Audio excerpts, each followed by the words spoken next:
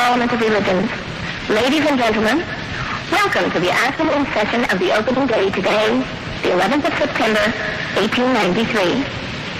We now introduce you to Swami Vivekananda from India and request him to address us.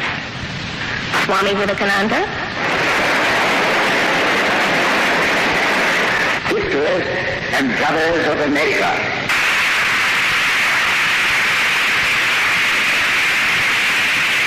it fills my heart with joy unspeakable to rise in response to the warm and cordial welcome which you have given us.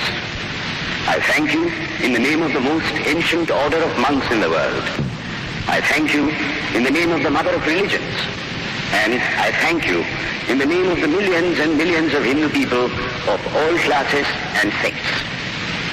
My thanks also to some of the speakers on this platform who, referring to the delegates from the Orient, have told you that these men from far-off nations may well claim the honor of bearing to different lands the idea of toleration. I am proud to belong to a religion which has taught the world both tolerance and universal acceptance.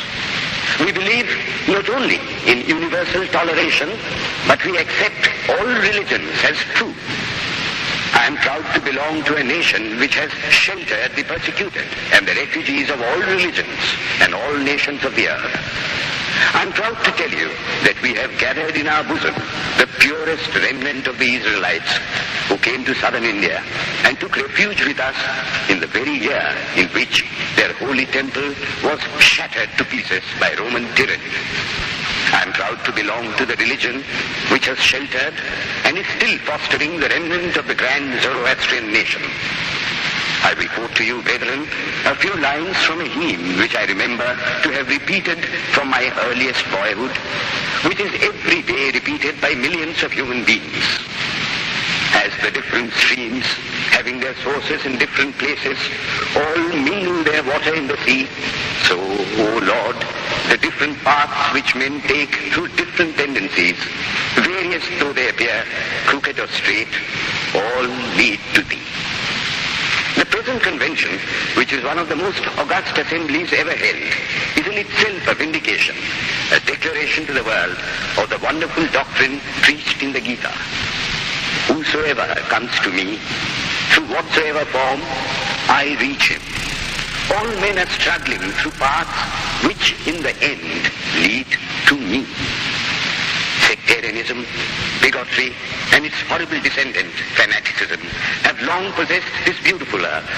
They have filled the earth with violence, drenched it often and often with human blood, destroyed civilization, and sent whole nations to despair. Had it not been for these horrible demons, human society would be far more advanced than it is now.